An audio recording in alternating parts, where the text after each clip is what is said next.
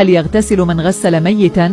نعم يغتسل، ومن حمله فليتوضأ، وذلك من السنن. وهل كثرة عدد المصلين على الميت يكون سببا في الفوز والمغفرة؟ نعم، فما من رجل يصلي عليه 100 إلا غفر الله له. هناك امرأة قال عنها النبي صلى الله عليه وسلم أنها في الجنة، فماذا كانت تفعل هذه المرأة؟ كانت قليلة الصيام والصدقة، ولكنها كانت لا تؤذي أحدا، فقال النبي صلى الله عليه وسلم إنها في الجنة. وما هو البيت الذي لا تدخله الملائكة؟ هو البيت الموجود فيه كلب أو تمثال. ومن الذي قال عنه الله حرمت عليه الجنة؟ هو رجل قتل نفسه فقال الله بادرني عبدي بنفسه فحرمت عليه الجنة. وما هو الشيء الذي قال عنه النبي صلى الله عليه وسلم أنه أفضل من الصلاة والصيام والصدقة؟ هو صلح ذات البين.